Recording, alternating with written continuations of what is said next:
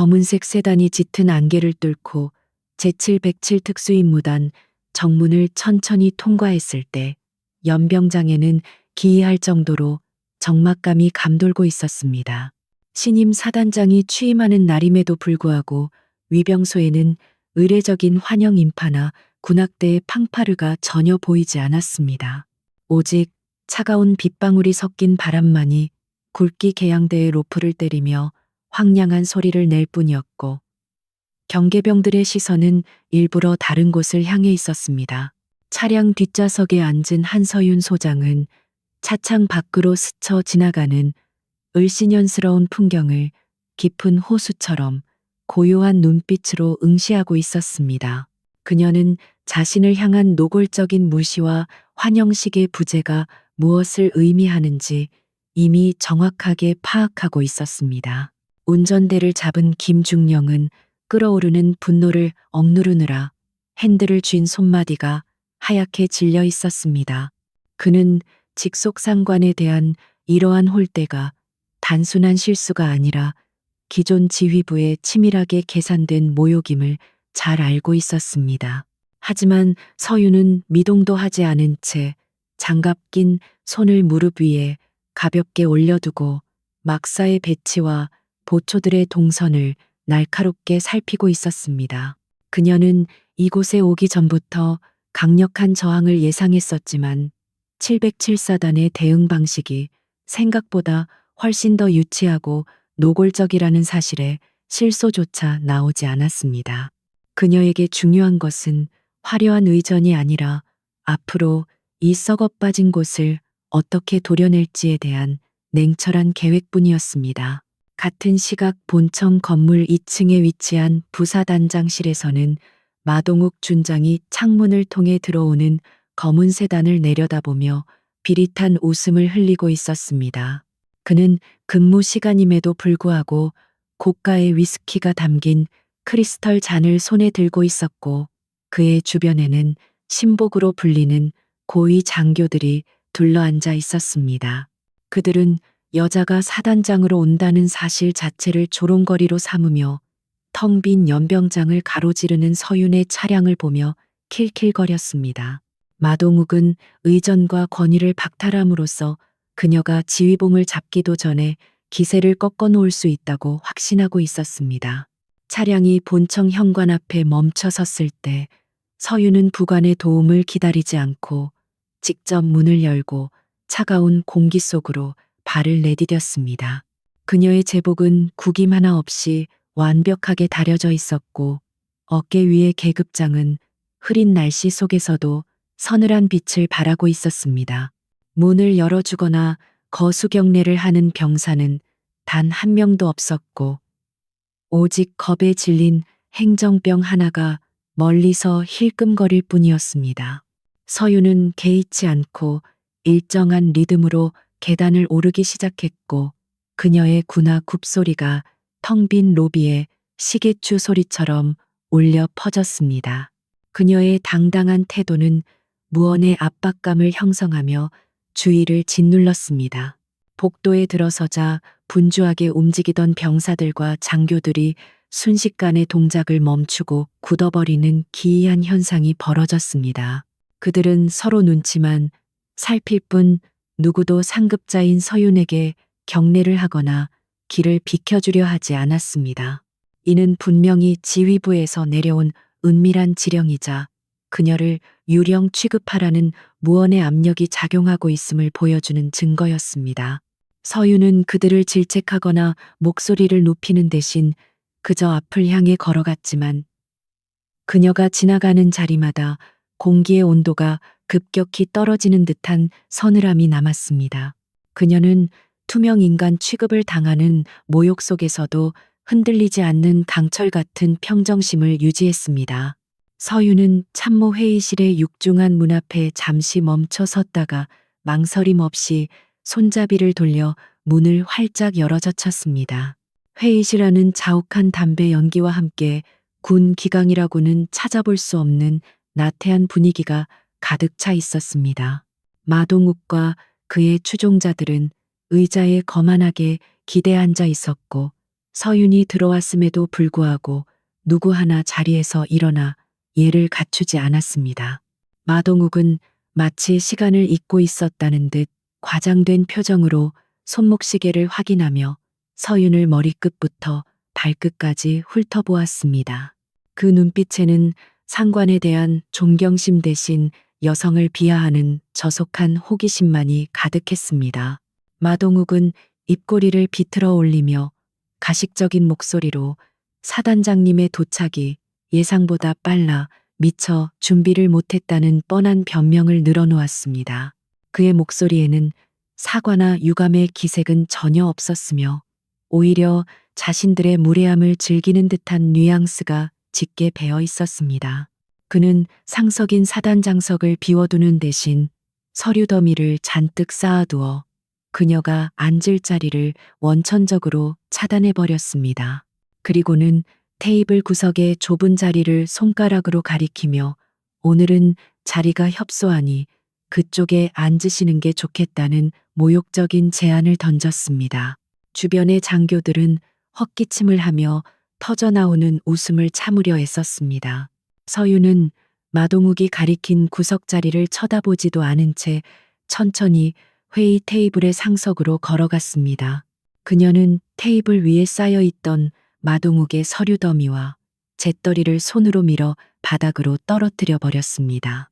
요란한 소음과 함께 서류가 바닥에 흩어지고 담배꽁초가 뒹굴자 회의실 내에는 순식간에 찬물을 끼얹은 듯한 정적이 흘렀습니다.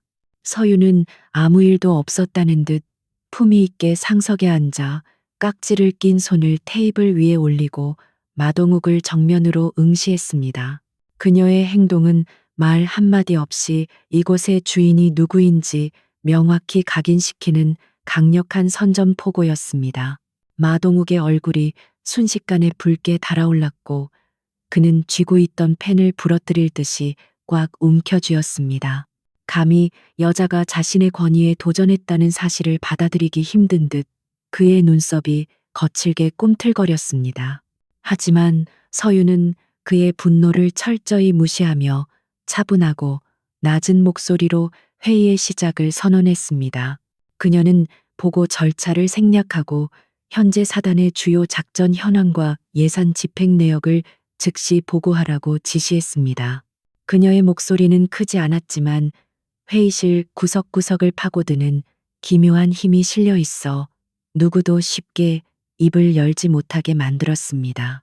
정보 참모가 당황하며 준비된 자료가 아직 미흡하여 보고가 어렵다는 궁색한 변명을 늘어놓기 시작했습니다.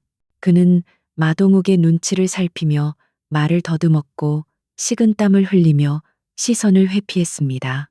서윤은 그가 횡설수설하는 동안 차가운 눈빛으로 그를 꿰뚫어보며 침묵을 지켰는데 그 침묵은 고함보다 더 큰 압박감을 주었습니다.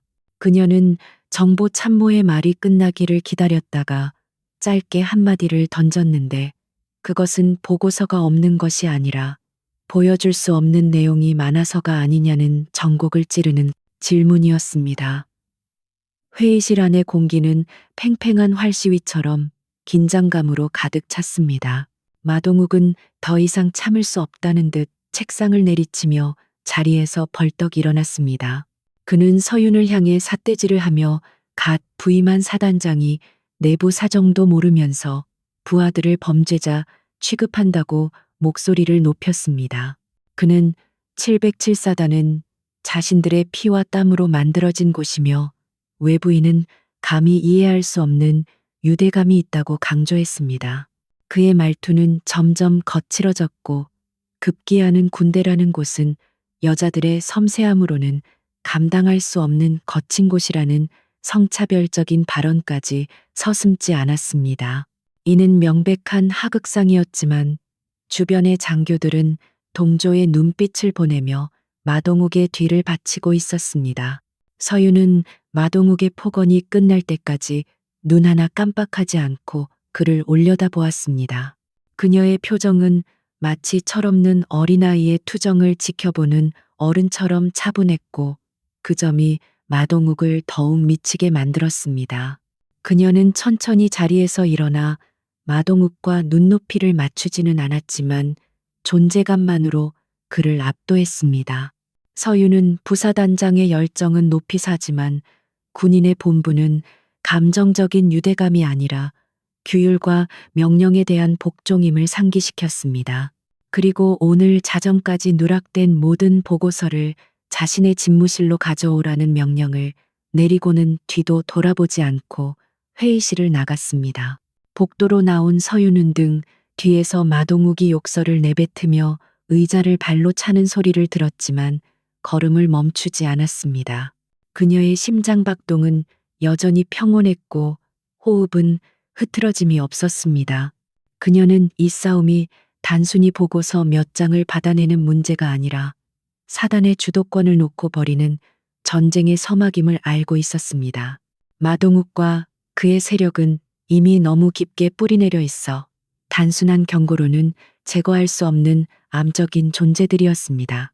서윤은 주머니 속에서 작은 USB 드라이브를 만지작거렸는데 이것은 그녀가 이곳에 오기 전 상부로부터 비밀리에 전달받은 1차 감찰 데이터였습니다. 사단장 집무실에 도착한 서윤은 예상대로 엉망이 된 내부를 마주해야 했습니다.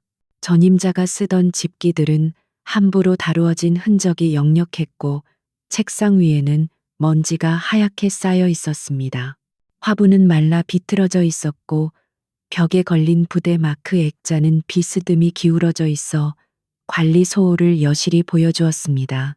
이것 또한 그녀를 환영하지 않는다는 그들의 소심하고 비열한 메시지 중 하나였습니다. 서윤은 불쾌해하는 대신 재킷을 벗어 의자에 걸어두고 소매를 걷어올리며 직접 청소를 시작할 준비를 했습니다. 그녀에게 이 더러운 방은 정화해야 할 707사단의 현재 모습 그 자체였습니다. 그때 노크 소리와 함께 조심스럽게 문이 열리고 앳된 얼굴에 여군 중위가 들어왔습니다. 그녀는 쟁반에 따뜻한 녹차를 받쳐 들고 있었는데 손이 덜덜 떨리고 있었습니다. 그녀의 명찰에는 이지은이라는 이름이 새겨져 있었고 계급은 중위였지만 복장은 다소 남루했습니다. 지은은 서윤의 눈치를 살피며 죄송하다는 말을 연발했고 청소 병력이 배치되지 않아 자신이 급하게 정리하러 왔다고 말했습니다. 서윤은 그녀의 눈에서 깊은 두려움과 동시에 구원을 바라는 듯한 간절한 빛을 읽어냈습니다. 이지은 중위는 아마도 이 부대 내에서 괴롭힘을 당하거나 소외된 인물일 가능성이 높았습니다. 서윤은 지은에게 다가가 부드러운 목소리로 찻잔을 받아들며 감사를 표했습니다. 사단장의 따뜻한 반응에 지은은 놀란 듯 눈을 크게 뜨며 잠시 말을 잇지 못했습니다. 서윤은 지은에게 편하게 있으라고 말한 뒤 현재 부대 내 사병들의 분위기와 부사단장에 대한 평판을 조용히 물었습니다. 지은은 처음에는 주저하며 입을 다물었지만 서윤의 신뢰감 있는 눈빛에 용기를 얻어 조심스럽게 입을 열기 시작했습니다. 그녀의 증언은 서윤이 짐작했던 것보다 훨씬 더 심각한 부패와 횡포가 만연해 있음을 확인시켜주는 결정적인 단서들이었습니다. 지은의 말에 따르면 마동욱 일파는 사병들의 복지 예산을 가로채 자신들의 유흥비로 탕진하고 있었으며 이에 불만을 품은 장교들은 인사 불이익을 당해 쫓겨나고 있었습니다. 특히 훈련 중 발생하는 부상 사고조차 은폐되고 있으며 외부 감사가 올 때마다 조작된 서류로 위기를 모면해 왔다는 것이었습니다. 서윤은 지은의 이야기를 들으며 마음속에 차가운 분노가 끓어오르는 것을 느꼈지만 겉으로는 내색하지 않았습니다. 그녀는 지은에게 오늘 나눈 대화는 철저히 비밀로 해야 하며 앞으로 자신의 눈과 귀가 되어줄 것을 부탁했습니다. 해가 저물고 밤이 찾아오자 사단본부는 어둠에 잠겼지만 마동욱의 사무실과 간부 숙소 쪽은 여전히 불빛이 환하게 켜져 있었습니다. 그곳에서는 시끄러운 음악 소리와 함께 술판이 벌어지고 있는 것이 분명했습니다. 서유는 자신의 집무실 창가에 서서 그 불빛들을 내려다보며 씁쓸한 표정을 지었습니다. 국방의 의무를 다해야 할 신성한 곳이 탐욕스러운 자들의 놀이터로 변질되어 버린 현실이 개탄스러웠습니다. 비는 여전히 추적추적 내리고 있었고 빗물은 창유리를 타고 눈물처럼 흘러내렸습니다. 그녀는 오늘 밤이 길어질 것임을 직감했습니다. 서유는 책상 스탠드 불빛 아래에서 지은이 가져다 준 낡은 파일들과 자신이 가져온 자료들을 대조하기 시작했습니다. 마동욱이 보낸 보고서는 예상대로 허점투성이었고 숫자는 맞지 않았으며 중요 내용은 검은 줄로 가려져 있었습니다. 하지만 서유는 정보 분석 분야에서도 탁월한 능력을 갖춘 전문가였기에 그 조작된 흔적들 사이에서 진실의 조각들을 찾아낼 수 있었습니다. 그녀는 붉은 펜을 들어 모순된 수치들의 동그라미를 치며 그들이 숨기려 하는 자금의 흐름을 역추적해 나갔습니다. 이것은 단순한 횡령이 아니라 거대 군수기업과 연루된 조직적인 범죄의 냄새가 짙게 났습니다. 자정이 가까워질 무렵 집무실 전화기가 요란하게 울리기 시작했습니다. 발신자 표시가 없는 내부 회선이었는데 이 시간에 전화를 걸 사람은 마동욱이나 그의 수하들일 것이 뻔했습니다. 서유는 수화기를 들지 않고 벨소리가 멈출 때까지 기다리며 그들의 조바심을 즐겼습니다. 전화가 끊어지자마자 곧바로 다시 벨이 울렸고 이번에는 서윤이 천천히 수화기를 들었습니다. 수화기 너머에서는 술에 취한 듯한 남자의 목소리가 들려왔는데 그는 알 수 없는 비속어를 섞어가며 밤길 조심하라는 저급한 협박을 남기고 전화를 끊었습니다. 이 협박 전화는 서윤을 위축시키기는커녕 오히려 그녀의 전투 의지를 불태우는 기폭제가 되었습니다. 그녀는 수화기를 내려놓고 서랍 속에서 자신의 개인 무기인 글록 권총을 꺼내어 점검했습니다. 차가운 금속의 감촉이 손바닥에 전해지자 복잡했던 머릿속이 맑아지는 느낌이 들었습니다. 그녀는 탄창을 확인하고 슬라이드를 당겨 약실을 점검한 뒤 다시 안전장치를 걸어 홀스터에 넣었습니다. 마동욱 일당은 자신들이 누구를 건드렸는지 전혀 모르고 있었고 그 대가는 혹독할 것이었습니다. 새벽 2시가 넘어서야 서유는 잠시 눈을 붙이기 위해 간이 침대에 몸을 뉘었습니다. 빗소리는 잦아들었지만 부대의 공기는 여전히 무겁고 습했습니다. 그녀는 잠들기 전 천장을 바라보며 과거 자신이 겪었던 수많은 전장과 위기의 순간들을 떠올렸습니다. 테러리스트들과의 교전, 적진 한가운데서의 고립 동료의 죽음 등 그녀를 단련시킨 수많은 시련들에 비하면 마동욱 같은 부패한 군인은 그저 귀찮은 해충에 불과했습니다. 내일부터 시작될 본격적인 싸움을 위해 그녀는 깊고 짧은 수면에 빠져들었습니다. 다음 날 아침 기상 나팔 소리와 함께 서유는 누구보다 먼저 일어나 완벽한 복장을 갖추고 연병장으로 나갔습니다. 아직 안개가 걷히지 않은 새벽 공기를 가르며 그녀는 홀로 달리기를 시작했습니다. 이를 지켜보던 당직 사관들과 병사들은 전날과는 다른 묘한 긴장감을 느끼며 사단장의 움직임을 주시했습니다. 마동욱 일파가 아무리 그녀를 무시하려 해도 그녀가 뿜어내는 압도적인 아우라는 병사들의 본능을 자극하고 있었습니다. 한서윤의 707사단 접수 작전은 이미 조용하지만 확실하게 시작되고 있었습니다. 다음 날 아침 한서윤 소장이 집무실에 들어섰을 때 책상 위는 기이할 정도로 깨끗하게 치워져 있었습니다. 전날 그녀가 지시했던 부대 현황 보고서와 작전 계획서는 그 어디에도 보이지 않았고 컴퓨터의 하드디스크는 포맷된 것처럼 텅 비어 있었습니다. 이것은 명백한 업무 방해이자 그녀를 허수아비로 만들겠다는 노골적인 의사 표시였습니다. 서유는 당황하거나 화를 내는 대신 조용히 의자에 앉아 손가락으로 책상을 두드리며 상황을 분석했습니다.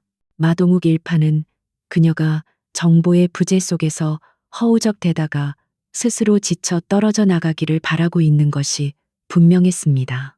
그녀는 인터폰을 눌러 행정실장을 호출했지만 수화기 너머에서는 계속해서 통화 중 신호음만 들려왔습니다.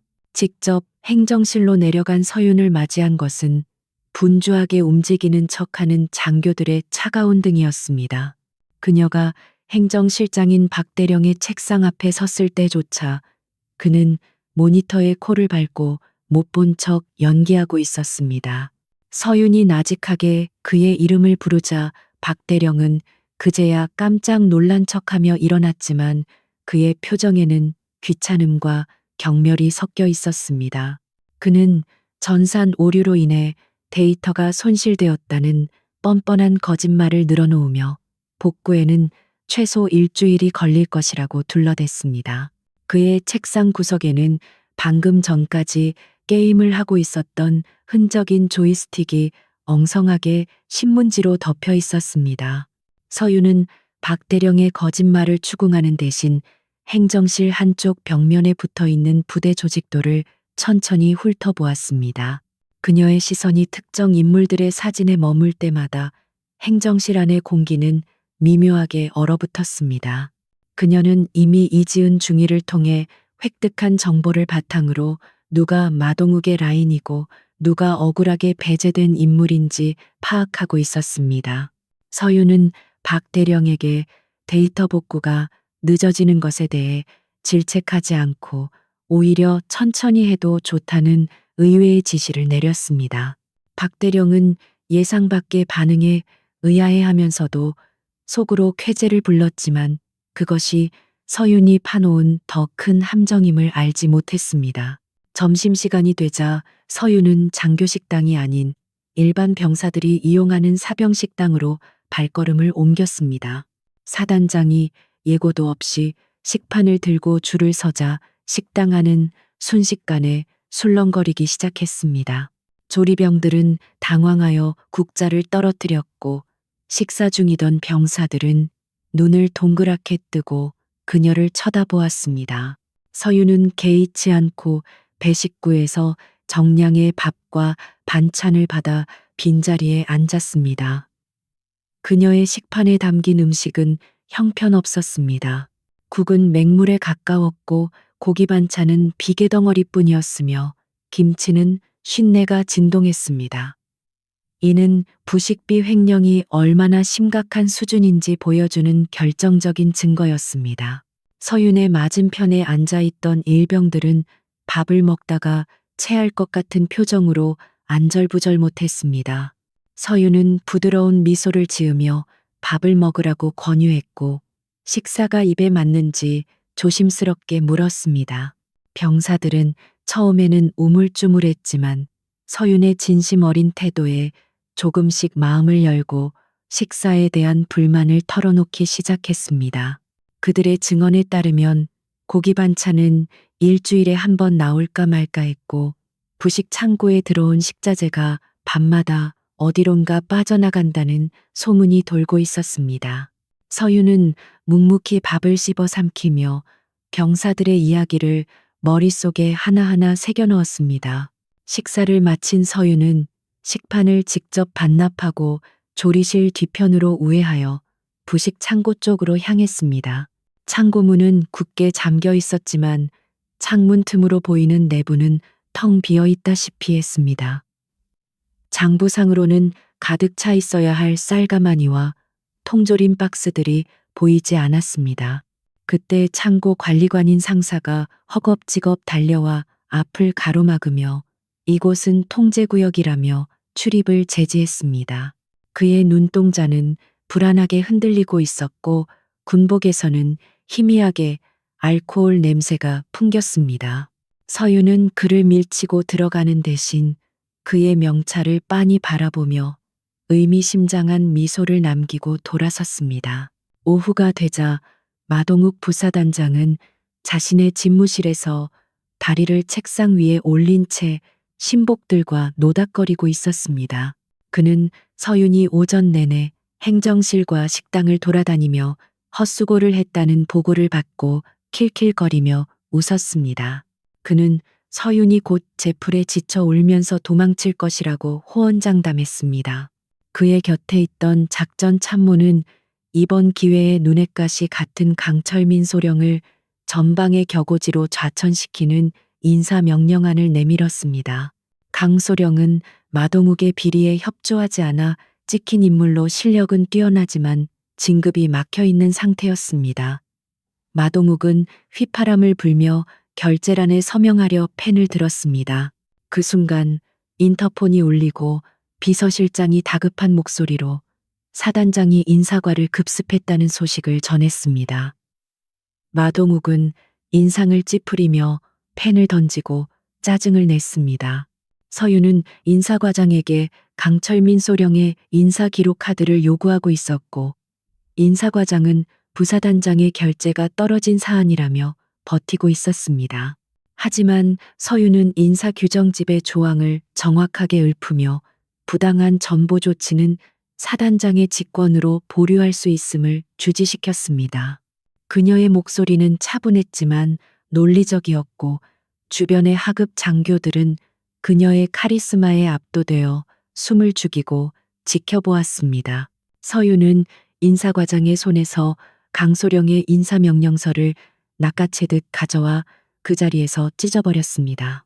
종이 조각이 바닥에 흩날리는 동안 그녀는 인사과장에게 다시는 내 허락 없이 장교의 보직을 이동시키지 말라고 경고했습니다. 이 소식은 삽시간에 부대 전체로 퍼져나갔고 그동안 마동욱 일파에게 억눌려 지내던 비주류 장교들 사이에서 작은 희망의 불씨가 되었습니다. 서윤은 단순히 방어만 하는 것이 아니라 인사권이라는 가장 강력한 무기를 통해 자신의 세력을 구축하고 반격을 시작했음을 알린 것입니다. 그날 저녁 예정된 참모 회의는 시작 전부터 전운이 감돌았습니다. 마동욱은 오전에 패배를 설욕하려는 듯 평소보다 더 많은 추종자들을 대동하고 회의실에 나타났습니다.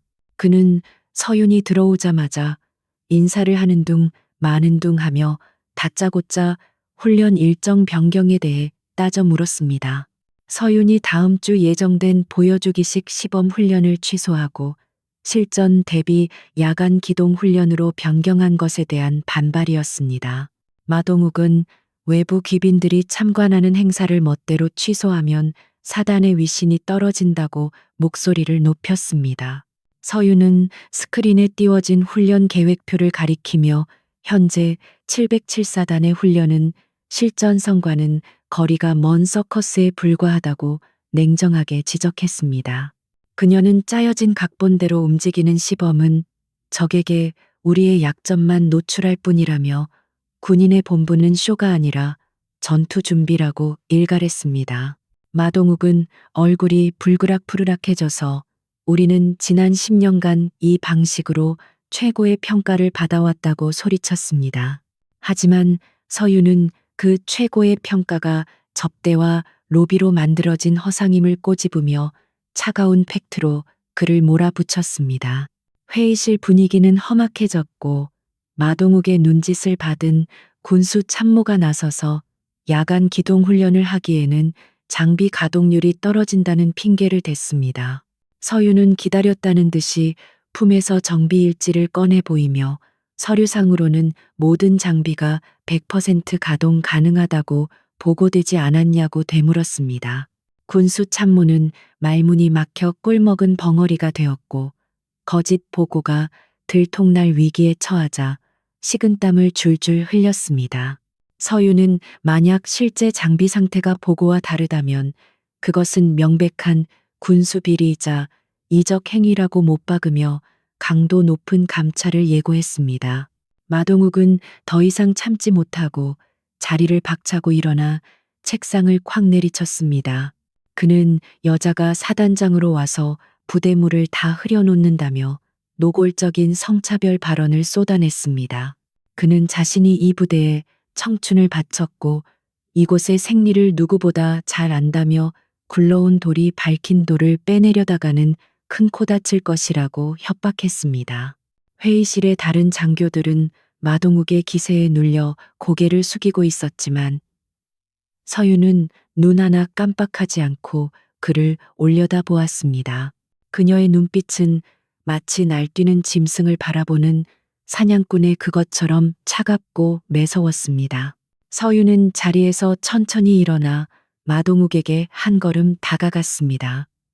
그리고는 낮지만 분명한 목소리로 계급장을 떼고 이야기하고 싶은 거냐고 물었습니다. 그녀는 군대에서 존중받아야 할 것은 성별이나 근무 연수가 아니라 계급과 능력 그리고 국가에 대한 충성심뿐이라고 말했습니다. 서윤은 마동욱에게 부사단장으로서의 품위를 지키지 않으면 군법에 따라 엄중히 처리하겠다고 경고했습니다.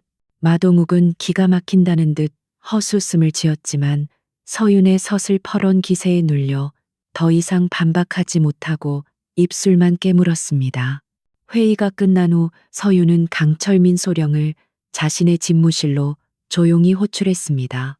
강소령은 건장한 체격에 우직한 인상을 가진 군인으로 오랫동안 진급에서 누락되어 의욕을 잃어가고 있던 차였습니다.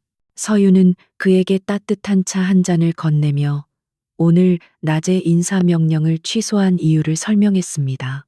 강소령은 자신을 알아주는 상관을 만났다는 사실에 감격하여 눈시울을 붉혔습니다. 서윤은 그에게 비밀 임무를 하나 맡겼는데 그것은 바로 탄약고와 무기고의 실제 재고를 파악하여 보고하는 것이었습니다. 강소령이 나간 뒤 서윤은 집무실에 불을 끄고 창가에 섰습니다. 밖은 이미 칠흑 같은 어둠이 깔려 있었고 멀리서 경계 근무를 서는 병사들의 그림자만이 희미하게 보였습니다. 그녀는 마동욱이 이대로 물러서지 않을 것임을 잘 알고 있었습니다. 오늘 회의에서의 망신은 그에게 씻을 수 없는 치욕이었을 것이고 그는 반드시 비열한 방법으로 보복해 올 것이었습니다. 하지만 서윤은 두렵지 않았습니다. 오히려 그들이 움직일수록 그들의 범죄의 흔적은 더 명확하게 드러날 것이기 때문이었습니다. 심야에 서윤은 숙소로 돌아와 개인 노트북을 켰습니다. 화면에는 이지은 중위가 보내온 암호화된 파일들이 떠 있었습니다. 그 파일들에는 마동욱과 연루된 지역 유지들, 군수업체 대표들의 명단과 그들이 주고받은 뇌물 내역이 상세히 기록되어 있었습니다. 서윤은 데이터를 분석하며 그들의 부패 카르텔이 생각보다 훨씬 거대하고 견고하다는 사실을 깨달았습니다. 단순한 횡령을 넘어 군사 기밀 유출까지 의심되는 정황이 포착되었습니다. 이것은 사단 내부의 문제를 넘어 국가적인 스캔들이 될 수 있는 사안이었습니다. 그때 서윤의 휴대폰으로 발신자 제한 표시의 문자 메시지가 도착했습니다. 밤길 조심해라. 낙상 사고는 언제 어디서든 일어날 수 있다. 라는 짧고 섬뜩한 내용이었습니다. 서윤은 피식 웃으며 메시지를 삭제했습니다. 그들은 물리적인 위협을 통해 공포를 심어주려 하고 있었지만 서윤은 이미 수많은 사선을 넘어온 베테랑이었습니다. 그녀는 오히려 그들의 조바심이 느껴져 안도감을 느꼈습니다. 적이 감정적으로 나올 때야말로 가장 큰 허점을 드러내는 순간이기 때문이었습니다. 다음 날 새벽 서윤은 평소와 다름없이 연병장으로 나가 구보를 시작했습니다. 하지만 어제와 달리 몇몇 병사들이 그녀의 뒤를 따라 뛰기 시작했습니다. 처음에는 서너 명에 불과했지만 한 바퀴, 두 바퀴를 돌 때마다 인원은 점점 늘어났습니다. 그들은 식당에서의 일을 전해 듣고 사단장에 대한 호기심과 기대감을 갖게 된 병사들이었습니다. 서윤은 뒤를 돌아보지 않았지만 발소리가 늘어나는 것을 느끼며 입가에 옅은 미소를 지었습니다. 병사들의 마음이 움직이고 있다는 것은 마동욱에게 있어 가장 뼈아픈 타격이 될 것이었습니다. 아침 점호가 끝난 후 서윤은 예고 없이 차량 정비고를 방문했습니다. 정비고 바닥은 기름때로 얼룩져 있었고 정비병들은 낡은 공구를 들고 씨름하고 있었습니다. 서윤이 나타나자 정비관은 당황하여 어쩔 줄 몰라 했습니다. 서윤은 고장난 채 방치된 전술 차량들의 보닛을 열어보며 엔진 상태를 점검했습니다. 주요 부품들이 정품이 아닌 싸구려 사제품으로 교체되어 있었고 일부 차량은 아예 엔진이 드러내져 있었습니다. 서윤은 정비관에게 부품 청구 내역서와 실제 입고 내역서를 가져오라고 지시했습니다. 정비관은 마동욱 부사단장의 지시로 부품을 외부 업체에 빼돌리고 폐급 부품을 끼워 넣었다고 실토할 수는 없었기에 묵묵부답으로 일관했습니다. 서윤은 그를 다그치지 않고 차량 번호판과 차대 번호를 일일이 기록했습니다. 그녀는 이 증거들이 나중에 마동욱을 옥죄는 결정적인 족쇄가 될 것임을 확신했습니다. 정비고를 나서는 서윤의 등 뒤로 정비관은 어딘가로 급하게 전화를 걸었습니다. 아마도 마동욱에게 상황을 보고하고 대책을 마련해 달라고 읍소하는 것이 분명했습니다. 마동욱은 보고를 받고 분노로 치을 떨었습니다. 그는 더 이상 서윤을 두고 볼 수 없다고 판단하고 극단적인 방법을 동원하기로 결심했습니다. 그는 특수전 훈련을 핑계로 서윤을 위험한 상황에 빠뜨리거나 사고를 위장하여 제거할 계획을 세우기 시작했습니다. 그는 보안이 철저한 지하 벙커에서 핵심 측근들을 모아놓고 은밀한 작전 회의를 열었습니다. 그들의 표정에는 살기가 감돌았고 회의 테이블 위에는 서윤의 동선과 일정이 상세히 적힌 지도가 펼쳐져 있었습니다. 707사단에는 폭풍 전야에 불길한 기운이 감돌고 있었습니다. 금요일 밤이 깊어지자 707 특수임무단의 주차장에는 고급 세단들이 줄지어 빠져나가는 진풍경이 벌어졌습니다. 마동욱 부사단장이 주최하는 정기적인 친목 도모회라는 명목 아래 주요 보직을 차지한 간부들이 위수 지역을 이탈하여 시내의 고급 요정으로 향하는 길이었습니다. 그들은 사단장이 부임한 첫 주말임에도 불구하고 보란듯이 부대를 비웠고 이는 서윤에 대한 경계심이 없다는 오만함의 방증이기도 했습니다. 텅 빈 사령부 건물에는 당직 근무를 서는 하급 장교들과 경계병들만이 남아 있었고 복도에는 정막과 함께 윙윙거리는 환풍기 소리만이 감돌았습니다. 한서윤 소장은 집무실 불을 끄고 창밖을 내다보며 그들이 완전히 빠져나가기를 끈기 있게 기다렸습니다. 마동욱과 그의 수하들이 탄 차량 행렬이 위병소를 통과해 시야에서 사라지자 서윤은 책상 서랍 깊숙한 곳에서 검은색 전술 장갑과 소형 해킹 모듈을 꺼냈습니다. 그녀는 화려한 제복 상의를 벗고 활동성이 좋은 검은색 전술 셔츠로 갈아입은 뒤 소리 없이 집무실을 나섰습니다. 그녀의 목표는 지하 3층에 위치한 메인 서버실이었는데 그곳은 사단의 모든 작전 기록과 군수물자, 이동 현황이 저장되는 부패의 심장부였습니다. 복도에 설치된 CCTV는 그녀가 미리 심어둔 루프 프로그램에 의해 10분 전의 영상을 반복해서 재생하고 있었기에 그녀의 움직임은 기록되지 않았습니다. 서버실로 향하는 비상계단은 칠흑 같은 어둠에 잠겨 있었지만 서윤은 야간 투시경을 사용하는 대신 감각에 의존해 계단을 내려갔습니다. 그녀의 발소리는 고양이가 걷는 것처럼 기척이 없었고 호흡조차 들리지 않을 정도로 제어되어 있었습니다. 지하 3층 입구에는 전자식 보안 잠금 장치가 붉은 빛을 내뿜으며 가로막고 있었지만 서윤에게는 장애물이 되지 않았습니다. 그녀는 휴대용 단말기를 보안 패널에 연결하고 마동욱이 자신의 생일로 설정해둔 허술한 관리자 비밀번호를 단 몇 초 만에 풀어냈습니다. 육중한 강철문이 유압 소리와 함께 부드럽게 열리자 차가운 냉기가 뿜어져 나왔습니다. 서버실 내부는 수십 대의 렉에서 뿜어져 나오는 파란색 LED 불빛만이 유일한 광원이었고, 기계 돌아가는 소리가 웅장하게 울려 퍼졌습니다. 서유는 망설임 없이 중앙 통제 콘솔로 다가가 시스템에 접속을 시도했지만 예상대로 이중 방화벽이 설치되어 있었습니다. 하지만 그녀는 당황하지 않고 정보사령부 시절 자신이 직접 개발했던 백도어 코드를 입력하기 시작했습니다. 화면에 복잡한 명령어들이 폭포수처럼 흘러내렸고 몇 번의 깜박임 끝에 접속 승인이라는 녹색 메시지가 떴습니다. 그녀의 손가락은 피아니스트가 건반을 두드리듯 빠르게 키보드 위를 날아다니며 숨겨진 폴더들을 찾아냈습니다. 같은 시각 시내의 호화로운 룸살롱에서는 마동욱과 그의 추종자들이 벌써 술에 취해 흥청거리고 있었습니다. 고급 양주병이 테이블을 가득 채웠고 접대부들의 웃음소리가 끊이지 않았지만 마동욱의 표정은 어딘가 개운치 않았습니다.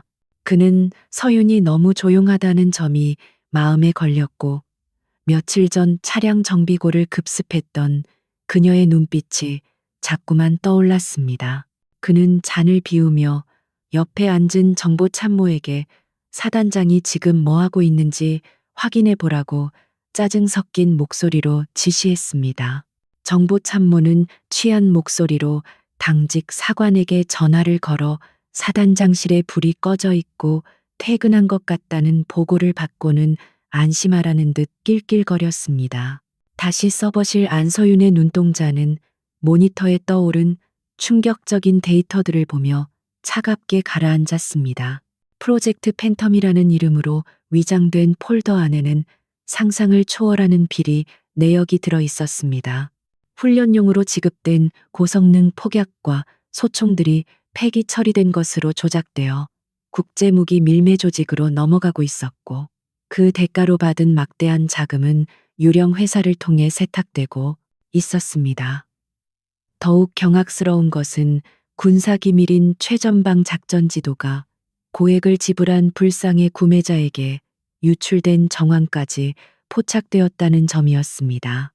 이것은 단순한 횡령을 넘어선 명백한 국가 반역 행위였습니다. 서윤이 데이터를 외장 하드에 복사하고 있을 때 갑자기 복도 끝에서 군화 발소리가 들려오기 시작했습니다. 순찰 시간이 아니었음에도 불구하고 누군가가 지하로 내려오고 있었는데 발소리의 주인은 한 명이 아니라 2명 이상인 듯했습니다. 서윤은 작업을 중단하지 않고 복사 진행률 발을 초조하게 바라보며 한 손으로는 허리춤의 권총을 움켜쥐었습니다. 98%, 99%. 숫자가 올라가는 속도가 야속할 정도로 느리게 느껴졌습니다. 문 밖에서는 이 시간에 서버실 온도가 왜 이렇게 높지? 에어컨 고장 난 거 아니야? 라는 당직 부사관의 투덜거리는 목소리가 들려왔습니다. 복사가 완료되자마자 서윤은 외장하드를 주머니에 넣고 재빠르게 콘솔 로그를 삭제했습니다. 그녀는 문이 열리기 직전 서버렉 사이의 깊은 어둠 속으로 몸을 숨겼습니다. 문이 열리고 손전등 불빛이 내부를 훑었지만 당직 부사관과 병사는 기계적인 점검만 했을 뿐 구석구석을 살피지는 않았습니다. 그들은 온도 조절 장치만 확인하고는 이상이 없다며 다시 문을 닫고 나갔습니다. 서윤은 그들이 멀어질 때까지 숨을 죽이고 기다렸다가 안도의 한숨을 내쉬었습니다. 하마터면 모든 계획이 수포로 돌아갈 뻔한 아찔한 순간이었습니다. 서윤은 집무실로 돌아와 확보한 데이터를 안전한 클라우드 서버에 백업하고 원본은 집무실 금고가 아닌 숙소의 비밀 공간에 숨겼습니다. 이제 그녀의 손에는 마동욱 18을 단번에 처단할 수 있는 핵폭탄급 증거가 쥐어졌지만 서두를 수는 없었습니다. 그들의 배후에는 정치권과 국방부 내의 고위직들이 얽혀 있을 것이 분명했기에 섣불리 터뜨렸다가는 오히려 역풍을 맞을 수 있었습니다. 그녀는 이 증거들을 가장 효과적으로 사용할 타이밍을 계산하며 동이 틀 때까지 잠을 이루지 못했습니다. 창밖으로 밝아오는 여명은 다가올 피바람을 예고하는 듯 붉게 타오르고 있었습니다. 주말이 지나고 월요일 아침이 되자 마동욱은 숙취가 덜 깬 얼굴로 부대에 복귀했습니다. 그는 출근하자마자 작전 장교를 불러 이번 주 훈련 계획에 대해 보고를 받았습니다. 작전 장교는 사단장의 지시로 변경된 실내 근접 전투 CQB 사격 훈련 일정을 내밀었는데 마동욱의 눈이 번뜩였습니다. 그는 이것을 기회라고 생각했습니다. 복잡하고 위험한 실탄 사격 훈련 중 발생하는 오발 사고는 군대에서 드물지 않게 일어나는 일이었고 사단장이 직접 시범을 보이다가 사고를 당한다면 누구도 의심하지 않을 것이라는 사악한 계획이 그의 머릿속을 스쳐 지나갔습니다. 마동욱은 즉시 자신의 신복인 사격 통제관을 은밀히 호출하여 훈련장의 표적 시스템을 조작하도록 지시했습니다. 그는 훈련 도중 사각지대에서 실제 표적이 아닌 살상용 트랩이 작동하게 하거나 노련한 저격수를 훈련병으로 위장시켜 혼란 틈에 서윤을 저격하라는 암묵적인 명령을 내렸습니다. 마동욱은 자신의 계획이 완벽하다고 믿으며 비열한 미소를 지었습니다. 그는 서윤이 아무리 뛰어난 군인이라 해도 예측 불가능한 사고 앞에서는 속수무책일 것이라고 확신했습니다. 그는 이번 훈련이 그녀의 장례식이 될 것이라고 생각하며 입맛을 다시었습니다. 오후가 되어 훈련장에 도착한 서윤은 평소와 다름없이 침착한 모습으로 방탄조끼와 전술 헬멧을 착용했습니다. 훈련장은 미로처럼 복잡하게 설계된 킬하우스였고 곳곳에는 가상 적군 표적과 인질 표적이 섞여 있었습니다. 마동욱은 통제실 마이크를 잡고 사단장님의 시범이 있겠으니 전대원은 주목하라고 방송했습니다. 그의 목소리에는 숨길 수 없는 사리와 기대감이 묻어 있었지만 다른 병사들은 눈치채지 못했습니다. 서윤은 통제실 유리창 너머로 자신을 내려다보는 마동욱과 시선을 마주치고는 가볍게 고개를 끄덕이며 훈련장 진입로에 섰습니다. 훈련 개시 신호와 함께 서윤은 날렵하게 진입하여 첫 번째 구역의 표적들을 정확하게 제압해 나갔습니다. 그녀의 사격 솜씨는 교과서보다 더 정석적이었고 반응 속도는 기계처럼 빨랐습니다.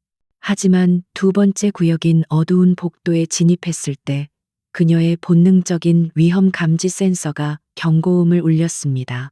정면에 나타난 표적 뒤에서 기계적인 작동음이 아닌 사람의 거친 숨소리가 들려왔기 때문이었습니다.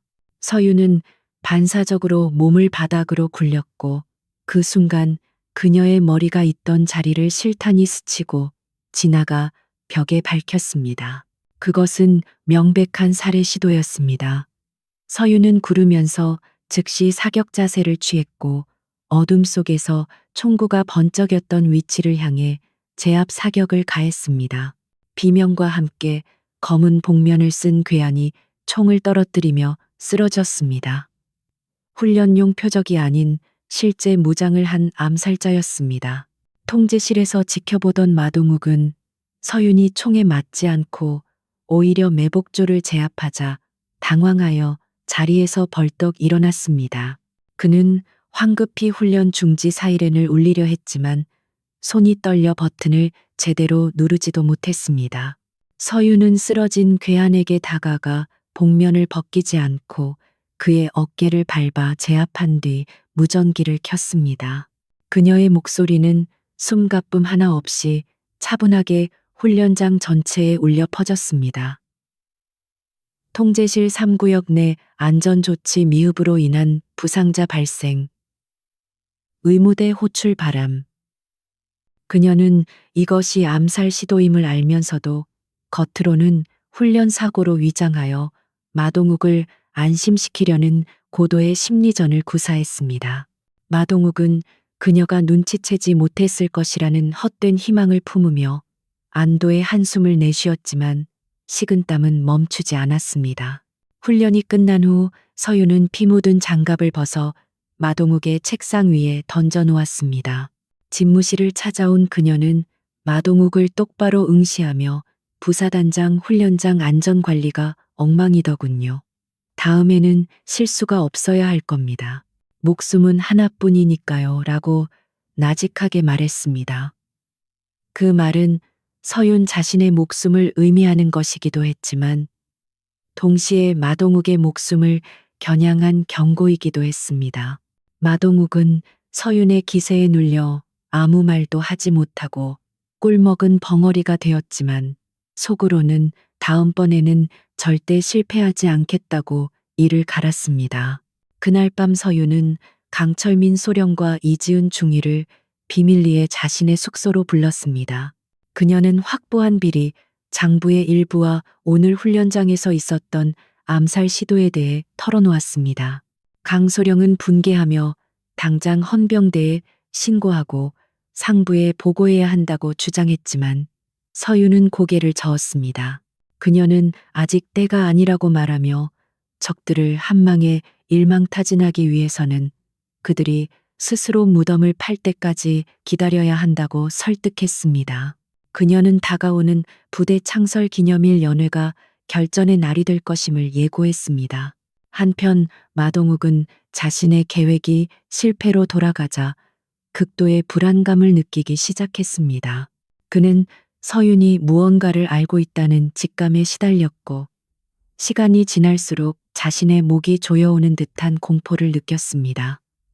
그는 결국 최후의 카드를 꺼내 들기로 결심했습니다. 그것은 바로 다가오는 연회에서 외부 용병들을 동원해 쿠데타에 가까운 무력 행사를 벌여 서윤을 제거하고 부대를 장악하는 것이었습니다. 그는 이미 돌아올 수 없는 강을 건넜고 이제는 내가 죽거나 하는 사생결단의 상황이라는 것을 뼈저리게 느끼고 있었습니다. 부대 내의 분위기는 점점 더 흉흉해졌습니다. 병사들 사이에서도 훈련장에서 총성이 들렸다는 소문이 돌기 시작했고 간부들 사이에서는 줄을 잘 서야 살아남는다는 눈치 싸움이 치열해졌습니다. 마동욱의 측근들은 비밀리에 무기고에서 무기를 반출하여 별도의 장소에 비축하기 시작했고 서윤을 따르는 소수의 장교들은 비상 연락망을 가동하며 만일의 사태에 대비했습니다. 707 특수임무단은 겉으로는 평온해 보였지만 내부는 언제 터질지 모르는 시한폭탄과도 같았습니다. 서윤은 밤늦게까지 작전 지도를 펴놓고 디데이데이를 위한 시뮬레이션을 반복했습니다. 그녀는 마동욱 일파가 연회장을 봉쇄하고 자신을 고립시킬 것을 예상하고 있었습니다. 하지만 그녀에게는 그들이 모르는 비장의 무기가 있었습니다. 그것은 바로 그녀가 과거에 지휘했던 최정예 특수부대 팀원들이었습니다. 서윤은 암호화된 채널을 통해 옛 전우들에게 사냥 시작이라는 짧은 메시지를 전송했습니다. 어둠 속에서 정의의 칼날들이 707사단을 향해 모여들기 시작했습니다. 폭풍은 이제 바로 눈앞까지 다가왔습니다. 월요일 아침 707 특수임무단 대회의실의 공기는 폭풍이 몰아치기 직전의 바다처럼 무겁게 가라앉아 있었습니다. 정례 작전 회의를 위해 모인 참모들은 서로 눈치만 살피며 침묵을 지켰고 마동욱 부사단장만이 다리를 꼬고 앉아 불쾌한 표정으로 볼펜을 딱딱거리고 있었습니다.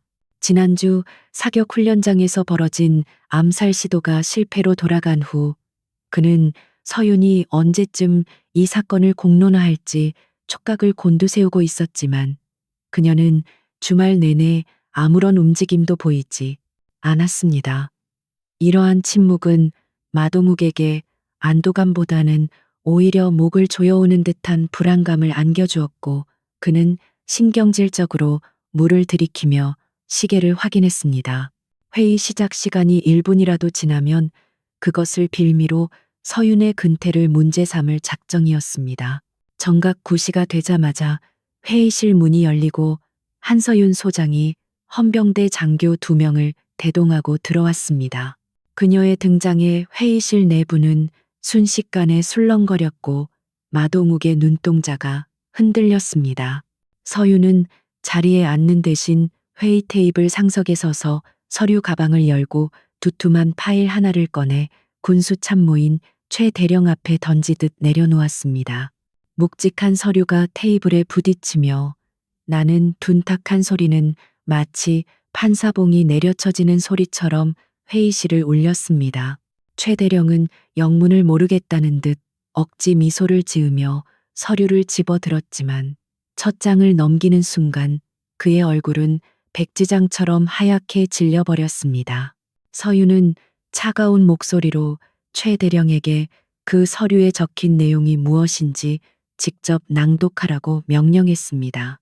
최 대령은 입술을 파르르 떨며 마동욱을 쳐다보았지만 마동욱은 굳은 표정으로 시선을 회피했습니다.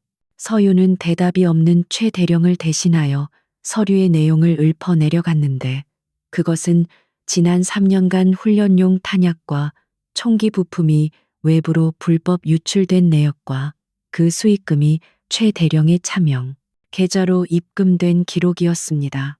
특히 지난주 훈련장에서 발견된 적용용 소총의 일련 번호가 폐기 처분된 것으로 조작되어 있었다는 사실이 밝혀지자 회의실 내의 장교들은 경악을 금치 못했습니다. 최 대령은 자리에서 벌떡 일어나 이것은 모함이라며 소리를 질렀지만 그의 목소리는 공포로 인해 갈라져 있었습니다.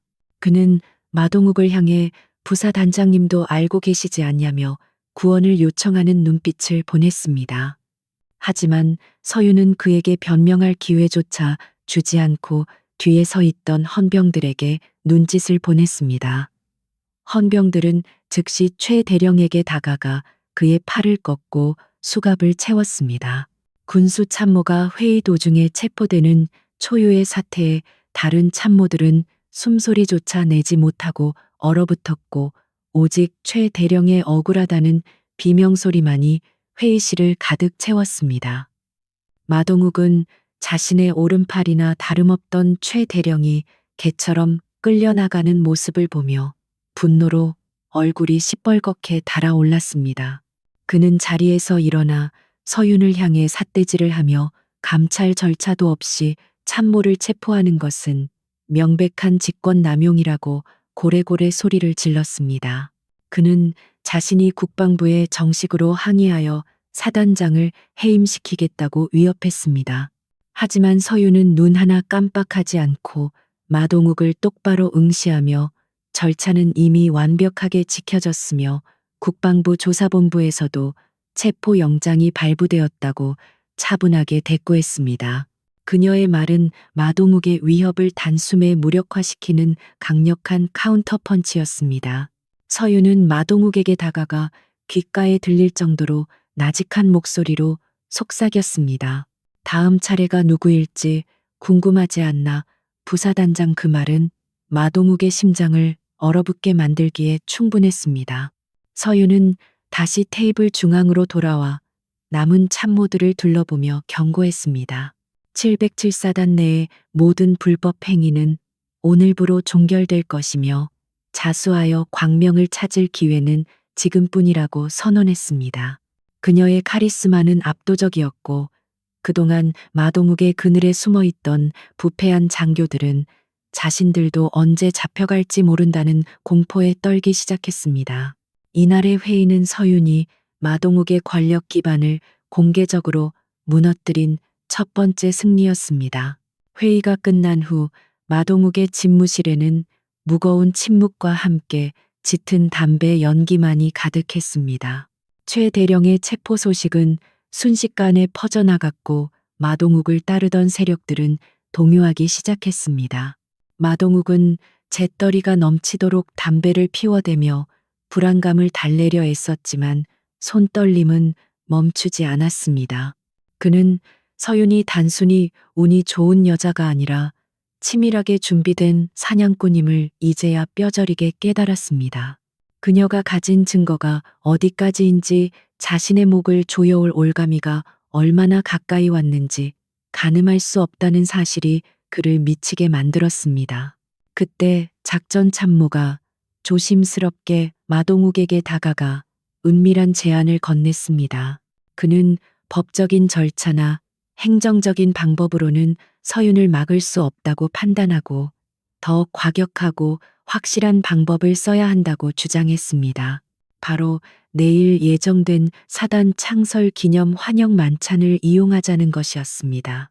부대 내 장교 클럽에서 열리는 이 행사는 외부인의 출입이 통제되는 폐쇄적인 공간이었고, 마동욱의 사병이나 다름없는 경호 인력을 배치하기에 최적의 장소였습니다.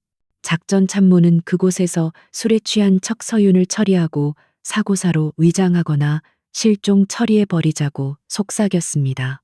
마동욱은 잠시 망설였지만 이내 도끼를 품은 눈으로 고개를 끄덕였습니다.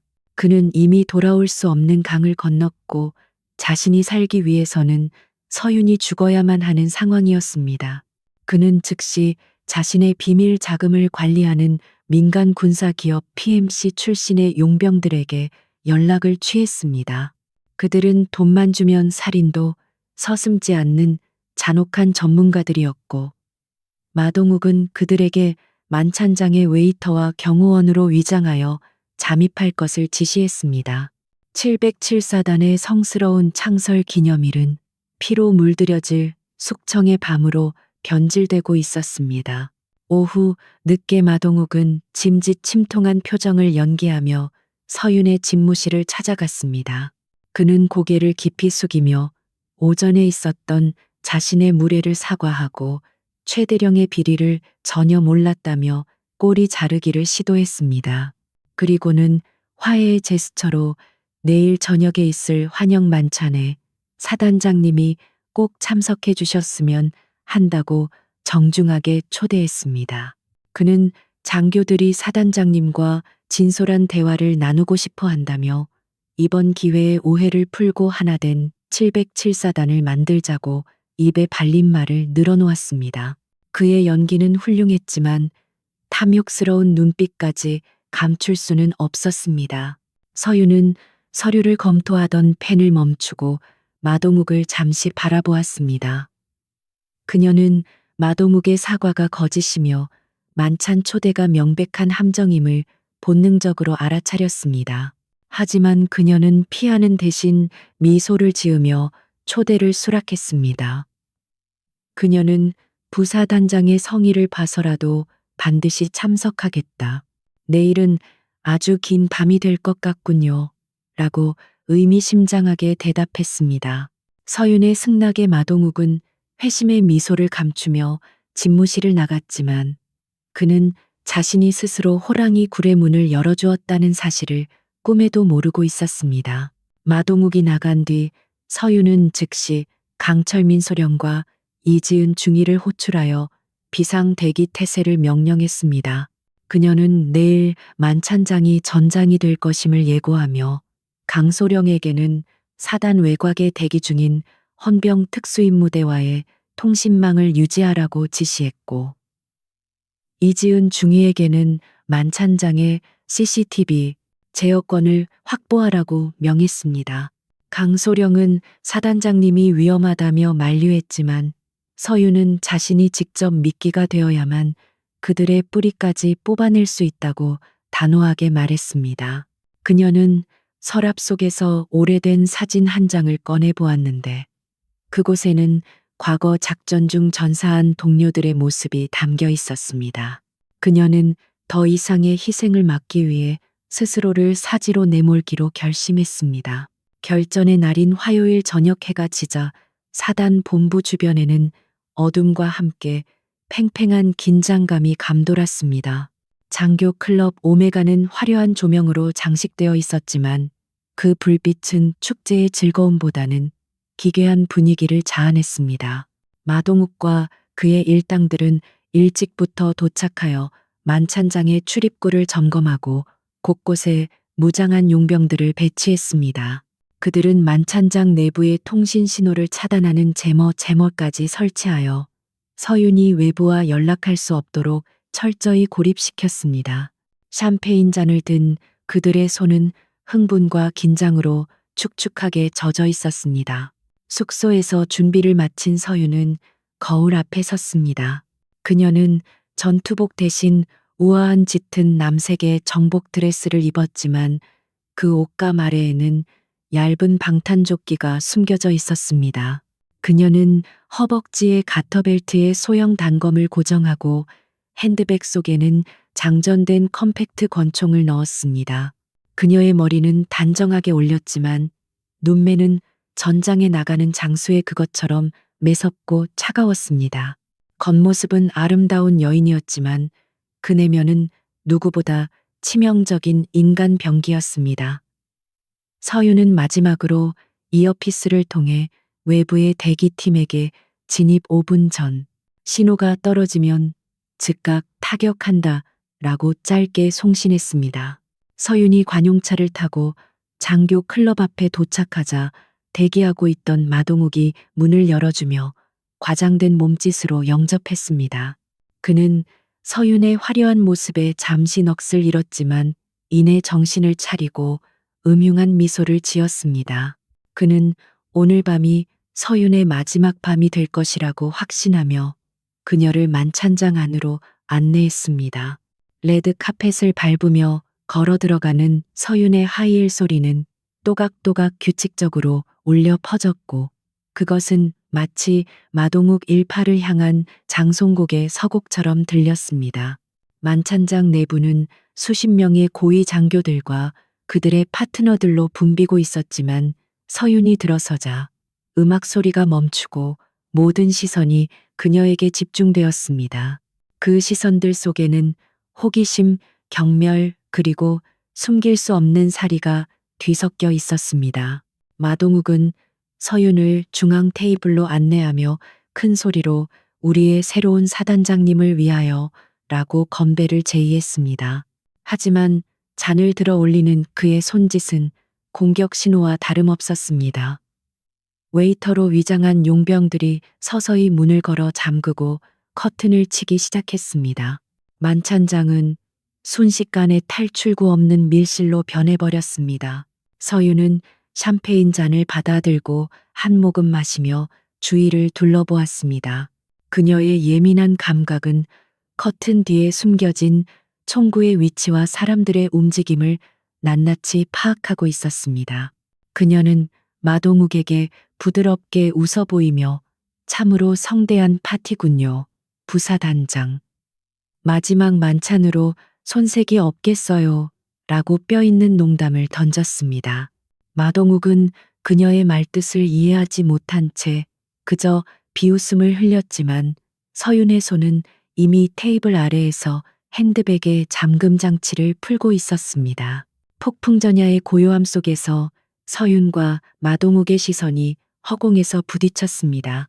한쪽은 탐욕과 오만으로 가득 찬 눈빛이었고 다른 한쪽은 정의와 심판을 준비하는 차가운 눈빛이었습니다. 음악이 다시 흐르기 시작했지만 그 선율은 불협화음처럼 거슬렸고 공기 중에는 피 냄새와 화약 냄새가 희미하게 배어 나오는 듯 했습니다. 이제 더 이상 돌이킬 수 없는 시간이 다가왔습니다. 서윤은 깊은 숨을 들이마시며 자신의 몸 안에 잠재되어 있던 전투 본능을 일깨웠습니다. 사냥꾼이 사냥터에 입장했습니다.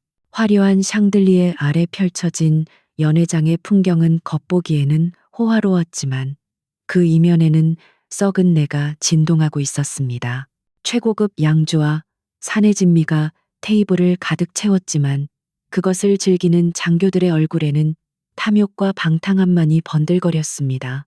그들은 제복의 단추를 풀어 헤치고 큰 소리로 떠들며 자신들의 권력을 과시하기에 바빴습니다. 한서윤 소장이 자리에 앉자마자 그들의 시선은 마치 먹잇감을 노리는 하이에나처럼 그녀에게 꽂혔습니다. 그 시선들 속에는 존경심이라고는 찾아볼 수 없었고 오직 여성을 비하하는 저열한 호기심과 그녀가 언제 무너질지를 기대하는 잔인한 즐거움만이 가득 차 있었습니다. 서윤은 그들의 시선을 피하지 않고 차가운 미소로 응대하며 샴페인 잔을 가볍게 흔들었습니다. 마동욱 부사단장은 서윤의 맞은편에 앉아 거만하게 다리를 꼬고 시가를 피워 물었습니다.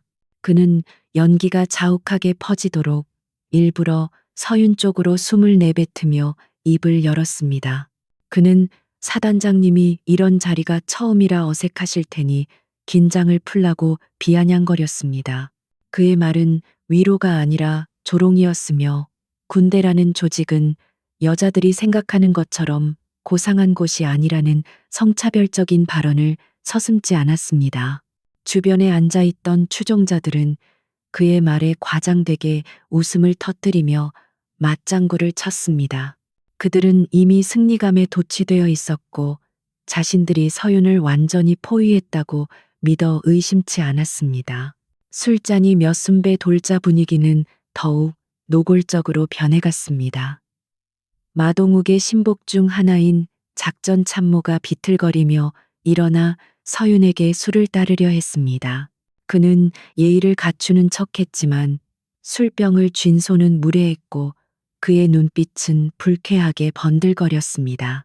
서윤이 손으로 잔을 가리며 정중하게 거절하자 그는 갑자기 표정을 바꾸며 사단장이 부하의 잔을 거절하는 것은 군 기강을 해치는 일이라고 억지를 부렸습니다.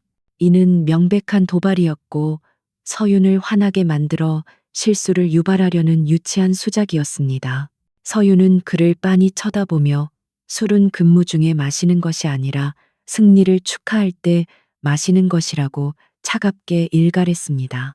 마동욱은 서윤의 당당한 태도가 거슬린다는 듯 인상을 찌푸리며 테이블 밑에서 무언가를 꺼내 던졌습니다. 그것은 미리 작성된 사단장 자진 사퇴서였습니다. 종이 위에는 이미 사퇴 사유가 건강상의 이유로 적혀 있었고 서명란만이 비어 있었습니다.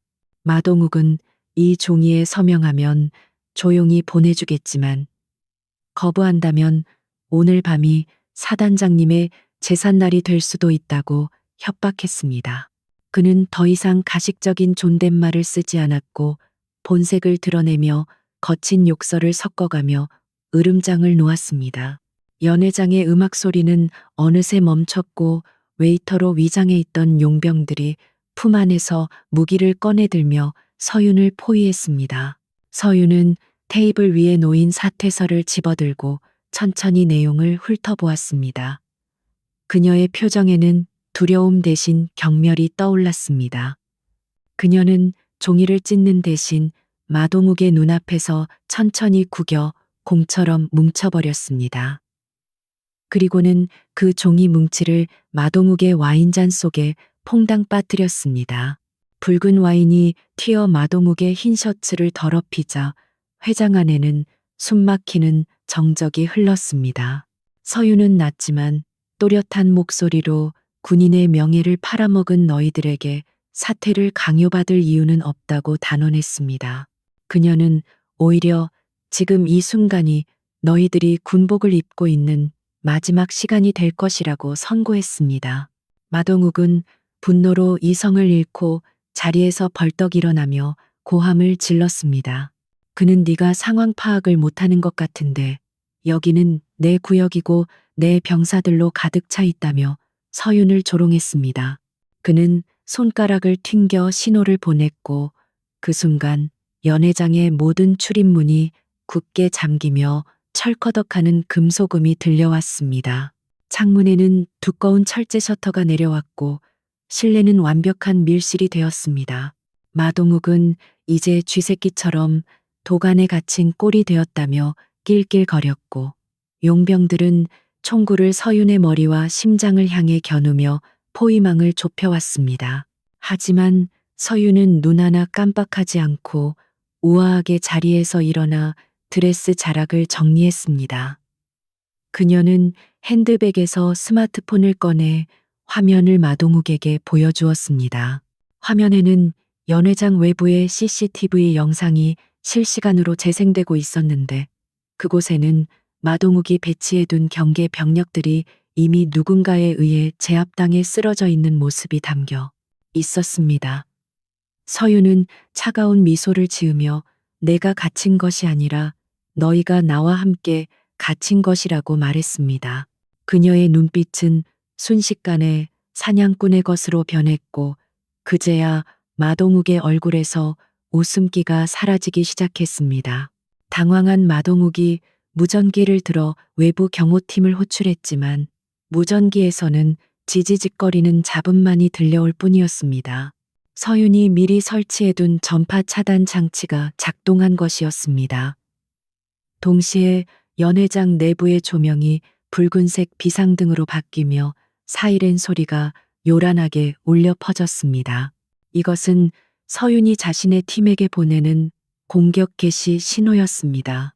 당황한 용병들이 우왕좌왕하는 사이 서윤은 샴페인 잔을 바닥에 던져 깨뜨렸고 그 날카로운 유리 조각을 밟으며 식탁 위로 뛰어올랐습니다.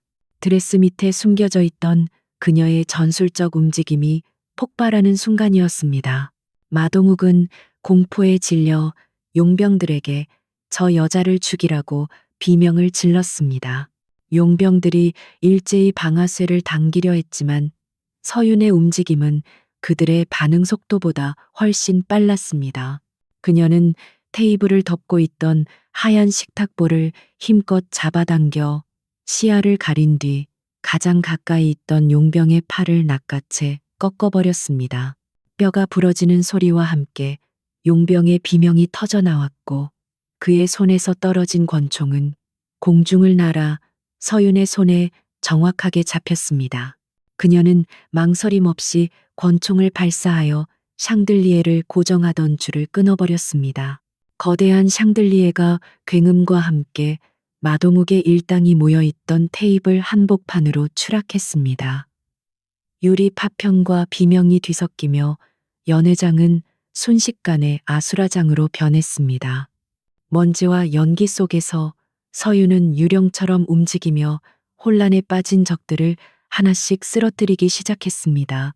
그녀는 드레스의 긴 치맛자락을 과감하게 찢어버려 활동성을 확보했고 하이힐 굽으로 적의 급소를 가격했습니다. 아름답고 우아했던 사단장은 온데간데 없고 그 자리에는 죽음의 춤을 추는 전장의 여신만이 남아 있었습니다. 마동욱은 기어서 테이블 밑으로 숨으려 했지만 헌병대 출신의 신복들이 그를 보호하기 위해 인간 방패를 만들었습니다. 그들은 칼과 진압봉을 꺼내 들고 서윤을 향해 달려들었지만 서윤의 사격술은 정확하고 치명적이었습니다. 그녀는 살상을 피하기 위해 다리와 어깨를 정밀 타격하여 그들의 전투력을 무력화시켰습니다. 총성이 울릴 때마다 한 명씩 바닥에 쓰러졌고 붉은 피가 연회장의 카펫을 적셨습니다.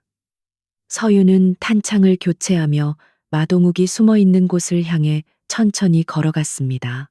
그녀의 발걸음은 저승사자의 그것처럼 묵직하고 공포스러웠습니다.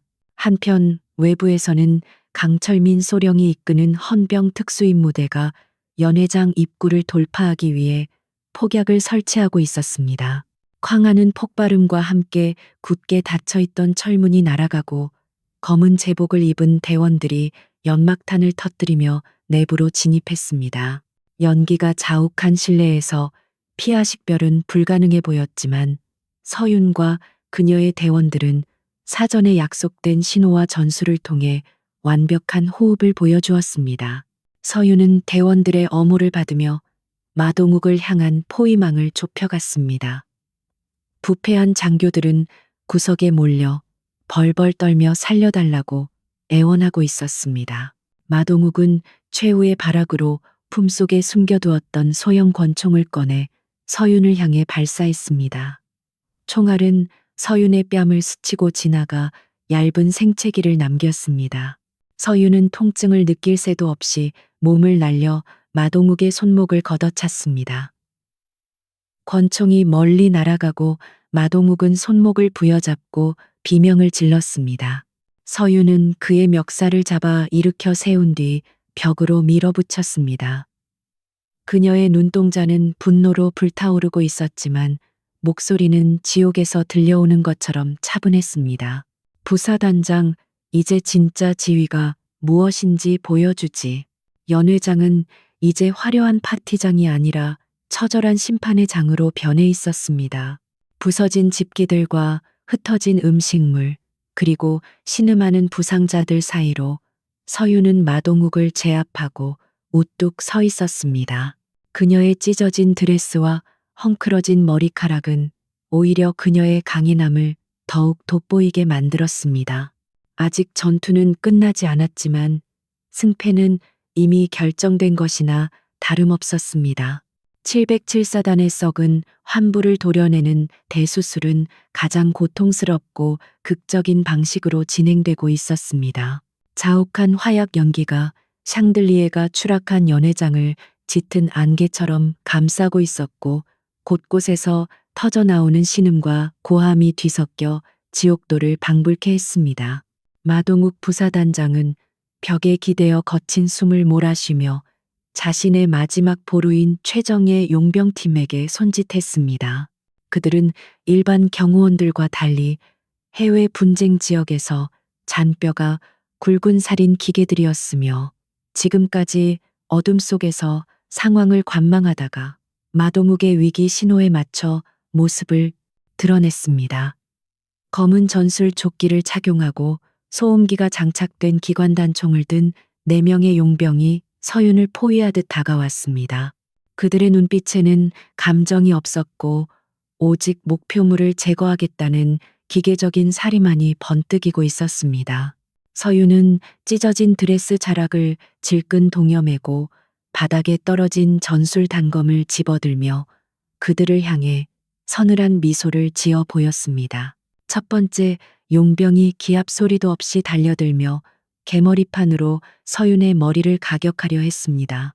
서윤은 상체를 유연하게 뒤로 젖혀 공격을 피함과 동시에 그의 손목을 낚아채 관절을 비틀어 버렸습니다. 뼈가 어긋나는 소리가 났지만 고통을 느낄 새도 없이 서윤의 단검이 용병의 허벅지 대동맥 근처를 정확하게 스치고 지나갔습니다. 피를 뿜으며 쓰러지는 동료를 보고도 나머지 3명은 당황하지 않고 교차 사격을 가하며 포위망을 좁혀왔습니다. 서윤은 쓰러진 용병을 인간 방패로 삼아 총탄을 막아내며 테이블 뒤로 몸을 날렸습니다. 쏟아지는 탄환들이 테이블보와 식기들을 산산조각 냈고 파편들이 비수처럼 사방으로 튀었습니다.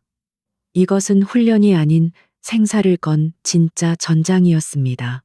서윤은 테이블 뒤에 웅크린 채 호흡을 가다듬으며 적들의 발소리에 귀를 기울였습니다. 그녀는 탄창에 남은 총알 수를 계산하고 주변 지형 지물을 머릿속에 그렸습니다. 그녀가 707 특수임무단의 지휘관으로 부임한 것은 단순히 계급 때문이 아니라 그 누구보다 뛰어난 실전 능력과 전술적 판단력을 갖췄기 때문이었습니다. 적들이 재장전을 위해 사격을 잠시 멈춘 그 찰나의 순간 서윤은 맹수처럼 튀어나갔습니다. 그녀는 가장 가까이 있던 용병의 목을 팔로 감아 조르며 그의 총구를 다른 용병에게 향하게 만들었습니다. 아군을 향해 방아쇠를 당기게 만드는 교란 전술에 용병들은 서로 엉키며 대형이 무너졌고 그 틈을 타 서윤은 권총을 뽑아 정확하게 그들의 어깨와 다리를 저격했습니다.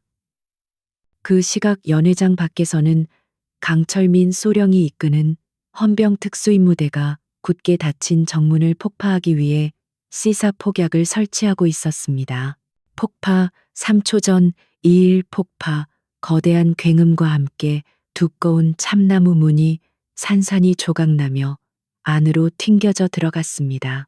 자욱한 먼지 구름을 뚫고 방독면을 착용한 특수임무대원들이 연막탄을 투척하며 진입했습니다. 전원 꼼짝 마, 무기를 버리고 바닥에 엎드려라. 확성기를 통해 울려 퍼지는 강소령의 굵직한 목소리가 연회장을 압도했습니다. 붉은 레이저 조준점들이 혼비백산하여 도망치려는 부패한 장교들의 등과 머리를 겨누었고 상황은 급격하게 반전되었습니다. 마동욱과 결탁했던 장교들은 특수임 무대가 진입하자 체면도 잊은 채 테이블 밑으로 기어들어가거나 살려달라고 비명을 질렀습니다. 불과 몇 분 전만 해도 서윤을 조롱하며 권력을 과시하던 그들의 오만한 모습은 온데간데 없었고 지금은 겁에 질린 쥐새끼 꼴이 되어 있었습니다. 개중에는 자신의 계급장을 들이밀며 내가 누군지 알아. 감히 누구에게 총을 겨누는 거야. 라고 소리치는 자도 있었지만 헌병들은 망설임 없이 개머리판으로 그들을 제압하고 수갑을 채웠습니다. 바닥에는 깨진 술병과 음식물들이 뒹굴고 있었고 그 위로 비싼 정복을 입은 장군들이 줄줄이 굴비처럼 엮여 끌려나가는 모습은 권력의 무상함을 적나라하게 보여주는 한편의 블랙 코미디였습니다. 모든 부하가 제압당하고 용병들마저 쓰러지자 마동욱은 공포와 분노로 이성이 마비되는 것을 느꼈습니다. 그는 비틀거리며 뒷걸음질 치다가 구석에 숨어 떨고 있던 민간인 여성 웨이터를 발견했습니다. 그는 짐승처럼 달려들어 그녀의 머리채를 잡고 깨진 유리 조각을 목에 들이댔습니다. 다가오지 마. 한 발짝만 더 오면 이 여자를 죽여버리겠어. 그의 눈은 광기로 번들거렸고 목소리는 갈라져 있었습니다. 강철민 소령과 대원들이 총을 겨눈 채 멈칫했고 연회장에는 다시금 팽팽한 긴장감이 감돌았습니다. 대한민국 최고의 정예부대 부사단장이 민간인을 인질로 잡는 추태를 부리는 순간 그는 군인으로서의 마지막 자존심마저 내다버린 셈이었습니다. 서윤은 헌병들에게 사격 중지 신호를 보내고 천천히 마동욱을 향해 걸어 나갔습니다. 그녀의 손에는 권총이 들려 있었지만 총구는 바닥을 향하고 있었습니다. 부사단장, 정말 끝까지 바닥을 보이는군. 군복을 입고 부끄럽지도 않나 서윤의 목소리는 차분했지만 그 안에 담긴 경멸은 칼날보다 날카로웠습니다. 마동욱은 침을 튀기며 헬기를 준비하라고 소리쳤고 자신을 보내주지 않으면 다 같이 죽는 거라고 악을 썼습니다. 인질이 된 여성은 공포에 질려 흐느끼고 있었고 유리 조각은 그녀의 목 피부를 파고들어 붉은 피가 배어 나오고 있었습니다. 서윤은 멈추지 않고 한 걸음씩 다가가며 마동욱의 눈을 똑바로 응시했습니다. 그녀의 눈동자는 깊은 심연처럼 흔들림이 없어서 마동욱은 빨려 들어갈 듯한 공포를 느꼈습니다. 헬기는 없다, 마동욱. 네가 갈 곳은 군사 법정뿐이야. 그 여자를 놓아주고 남자답게 항복해. 서윤은 일부러 그의 이름을 부르며 심리적 압박을 가했습니다. 마동욱의 손이 떨리기 시작했고 시선이 불안하게 흔들렸습니다. 그는 서윤이 쏘지 못할 것이라고 확신하려 했었지만 서윤의 전신에서 뿜어져 나오는 살기는 그의 본능을 자극하여 위축되게 만들었습니다. 이것은 단순한 대치 상황이 아니라 기백의 싸움이었습니다. 마동욱이 오지 마라고 소리치며 인질 뒤로 몸을 숨기려는 그 찰나 서윤의 팔이 빛의 속도로 움직였습니다. 탕단 한 발의 총성이 연회장을 울렸습니다. 서윤의 총구에서 발사된 총알은 마동욱이 유리 조각을 쥐고 있던 오른쪽 손목을 정확하게 관통했습니다. 끔찍한 고통과 함께 마동욱은 비명을 지르며 유리 조각을 떨어뜨렸고 그 틈을 놓치지 않고 서윤이 달려들어 날라차기로 그의 가슴을 가격했습니다. 억소리와 함께 마동욱은 뒤로 날아가 벽에 처박혔고 인질은 무사히 강소령의 품으로 구조되었습니다. 신기에 가까운 사격술과 대담한 판단력이 빚어낸 완벽한 제압이었습니다. 벽에 처박힌 마동욱은 고통에 몸부림치며 바닥을 기었습니다. 서윤은 그에게 다가가 군화발로 그의 가슴을 짓눌러 제압했습니다. 마동욱은 피 묻은 입으로 저주를 퍼부으며 네가 감히 나를 내 뒤에 누가 있는지 알아. 넌 끝장이야라고 발악했습니다. 하지만 서유는 무표정한 얼굴로 그를 내려다보며 차갑게 대꾸했습니다. 내 뒤에는 아무도 없어. 썩은 동아줄은 이미 끊어졌으니까. 그녀는 마동욱의 어깨에 달려있던 계급장을 거칠게 뜯어내어 바닥에 던져버렸습니다. 그것은 그가 가진 모든 권력과 명예가 박탈되었음을 알리는 상징적인 행위였습니다. 상황이 종료되자 강철민 소령은 부하들을 지휘하여 현장을 수습하기 시작했습니다. 체포된 장교들은 줄줄이 엮여 트럭에 실려갔고 부상당한 용병들은 의무대로 후송되었습니다. 연회장 한편에서는 이지은 중위가 노트북을 연결하여 대형 스크린에 마동욱 일파의 비리, 장부와 불법 거래 내역을 띄웠습니다. 끌려가던 장교들은 자신들의 비밀이 만천하에 공개되는 것을 보고 절망적인 표정을 지었습니다. 서유는 그 모습을 지켜보며 깊은 한숨을 내쉬었습니다. 그것은 승리의 기쁨보다는 군 내부의 썩은 환부를 직접 도려내야만 했던 지휘관으로서의 씁쓸함이었습니다. 비가 그친 밤하늘에는 구름 사이로 희미하게 달빛이 비치고 있었습니다. 서유는 찢어진 드레스 위에 강소령이 건네준 야전 상의를 걸치고 연회장 밖으로 나왔습니다. 차가운 밤 공기가 뜨거웠던 전투의 열기를 식혀주었습니다. 연병장에는 수십 대의 헌병 차량과 구급차의 경광등이 번쩍이고 있었고 707사단의 병사들이 막사에서 나와 이 광경을 지켜보고 있었습니다. 그들은 두려움 섞인 눈으로 사태를 지켜보다가 당당하게 걸어 나오는 서윤을 발견하고는 하나둘씩 경의를 표하기 시작했습니다. 그동안 소문으로만 듣던 신임 사단장의 진가를 직접 목격한 그들의 눈빛은 전과는 확연히 달라져 있었습니다. 서유는 강소령에게 다가가 부상자 현황을 물었습니다. 다행히 아군 사망자는 없었고 경상자만 몇 명 있다는 보고를 듣고서야 그녀의 얼굴에 안도감이 스쳐 지나갔습니다. 그녀는 강소령의 어깨를 두드리며 수고했네 자네 덕분에 큰 희생을 막았어 라고 격려했습니다. 강소령은 감격에 겨워 경례를 붙이며 모두 사단장님의 용기 덕분입니다. 707사단은 오늘 다시 태어났습니다. 라고 대답했습니다. 서유는 고개를 끄덕이며 묵묵히 연병장을 가로질러 사령부 건물로 향했습니다. 그녀의 뒷모습은 고독해 보였지만 그 어느 때보다 거대하고 단단해 보였습니다. 사령부 건물 옥상에 올라선 서유는 난간에 기대어 아래를 내려다보았습니다. 마동욱과 부패한 장교들을 태운 호송 차량 행렬이 위병소를 빠져나가고 있었습니다. 붉은 미등이 뱀처럼 구불거리며 어둠 속으로 사라지는 모습을 보며 서유는 비로소 긴장이 풀리는 것을 느꼈습니다. 그녀는 주머니에서 구겨진 담배 한 개비를 꺼내 입에 물었다가 이내 피식 웃으며 도로 집어넣었습니다.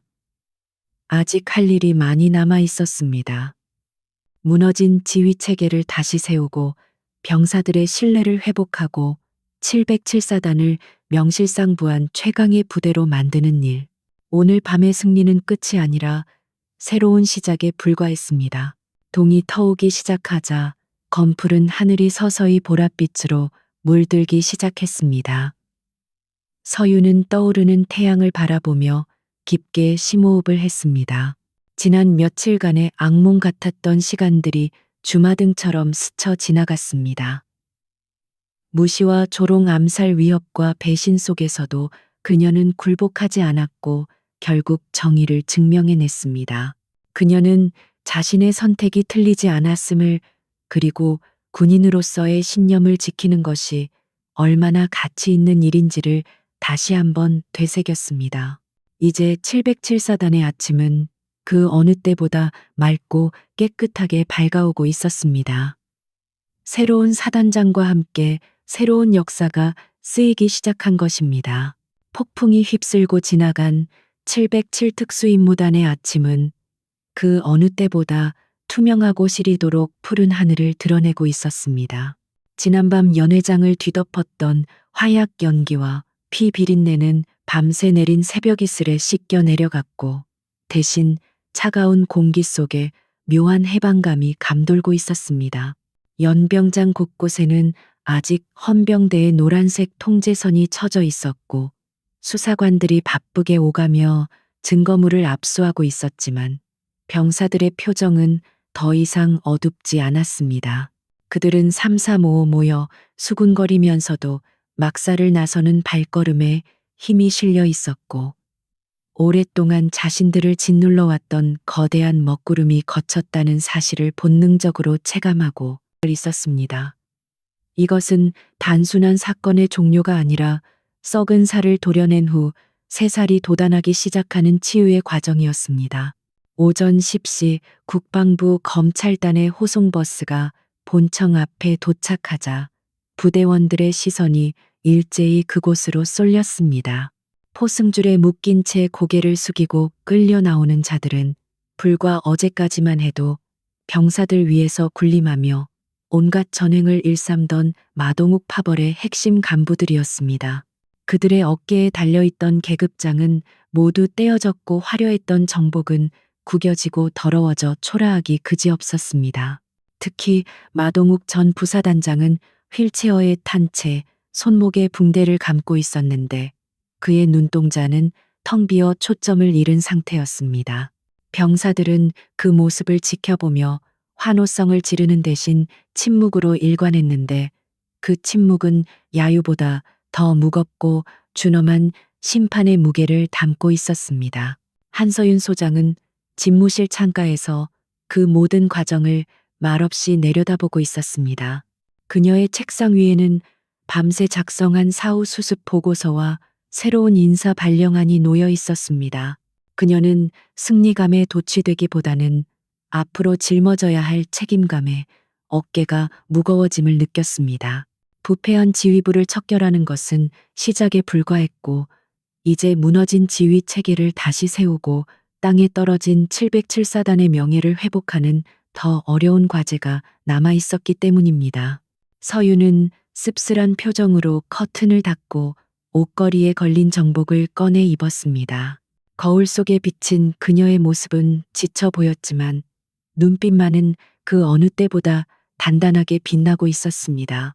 오후가 되자 전 부대원 집합 명령이 떨어졌고 연병장에는 수천 명의 병사들이 오와 열을 맞춰 도열했습니다. 과거 마동욱이 주도했던 보여주기식 행사와는 달리 이번 집합에는 불필요한 의전이나 군악대의 연주는 없었습니다. 오직 바람 소리와 병사들의 거친 숨소리만이 들리는 엄숙한 분위기 속에서 단상에 오른 서윤은 마이크 앞에 섰습니다. 그녀는 준비된 원고를 꺼내는 대신 병사들 한 명 한 명과 눈을 맞추며 천천히 입을 열었습니다. 그녀의 목소리는 스피커를 타고 연병장 구석구석으로 퍼져나갔고 병사들은 숨을 죽이고 사단장의 첫 공식 연설에 귀를 기울였습니다. 우리는 지난밤 군인으로서 절대 겪어서는 안 될 치욕스러운 역사를 목격했다. 서윤의 첫마디는 변명이나 미화가 아닌 뼈아픈 자기 반성이었습니다. 그녀는 지휘관들의 부패와 타락이 부대 전체를 병들게 했음을 솔직하게 인정했고 그로 인해 고통받았을 병사들에게 고개 숙여 사과했습니다.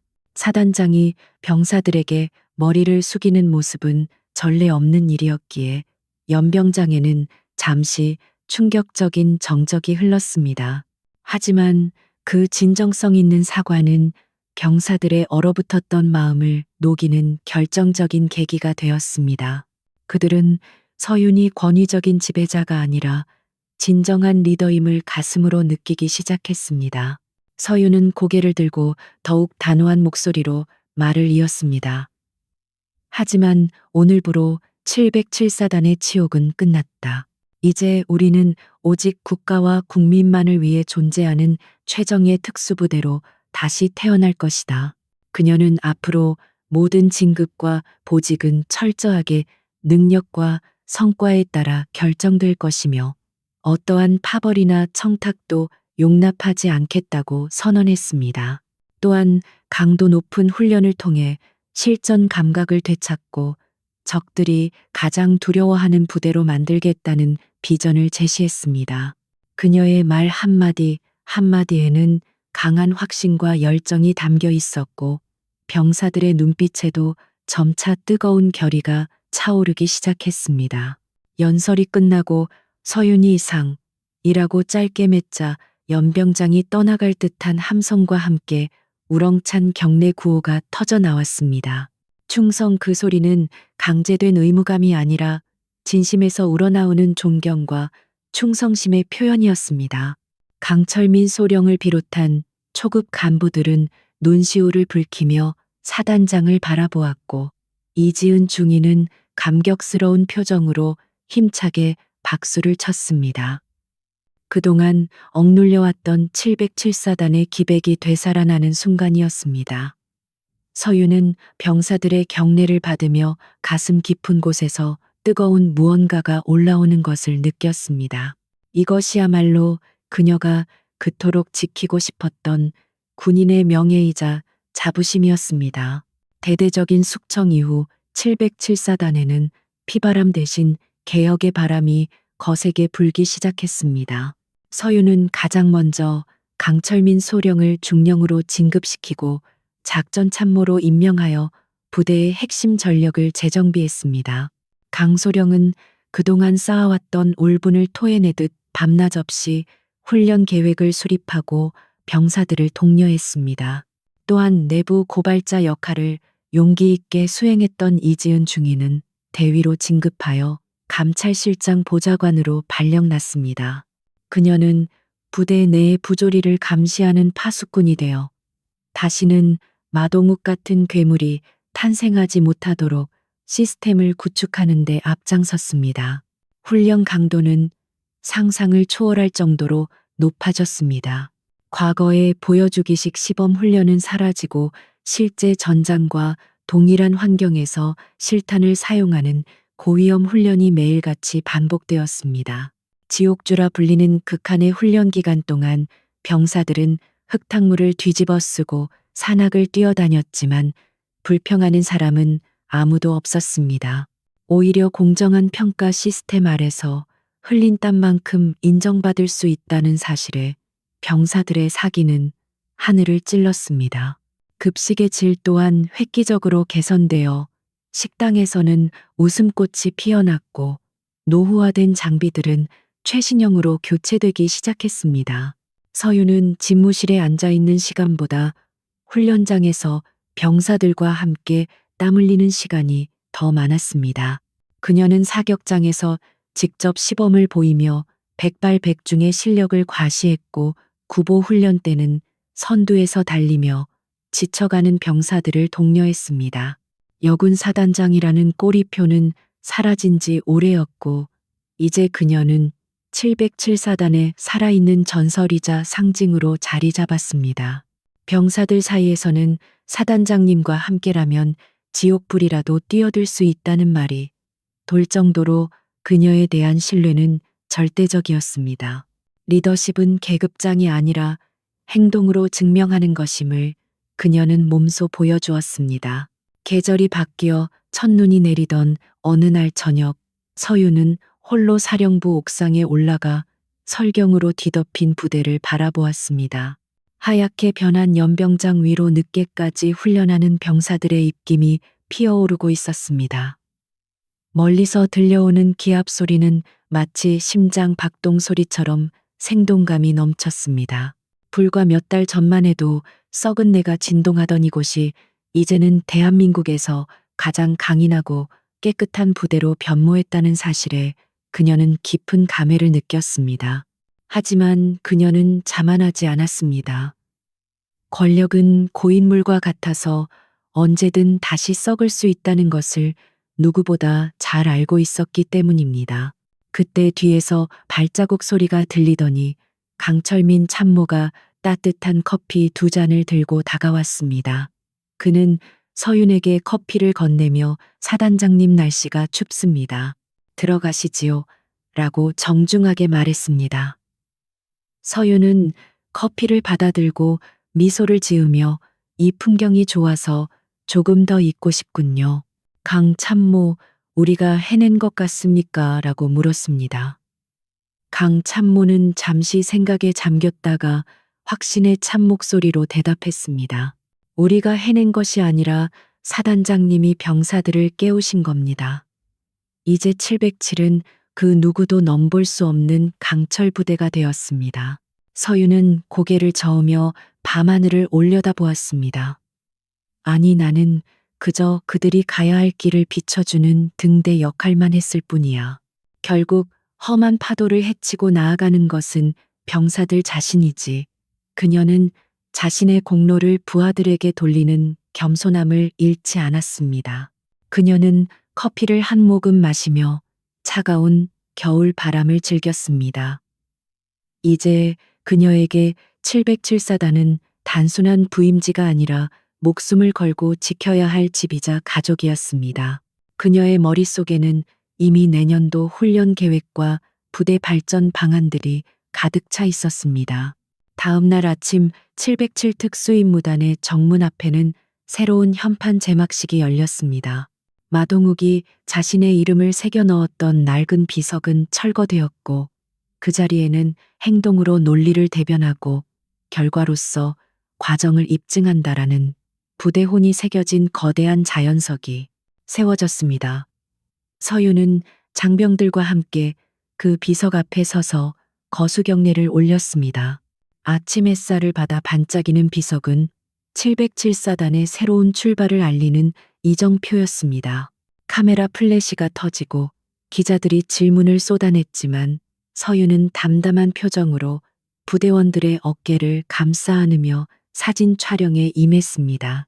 모든 행사가 끝나고 집무실로 돌아온 서윤은 책상 위에 놓인 가족 사진을 잠시 바라보았습니다.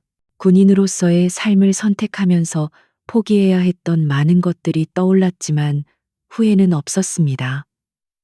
그녀는 서랍에서 낡은 수첩을 꺼내 맨 뒷장에 짧은 문구를 적어 넣었습니다.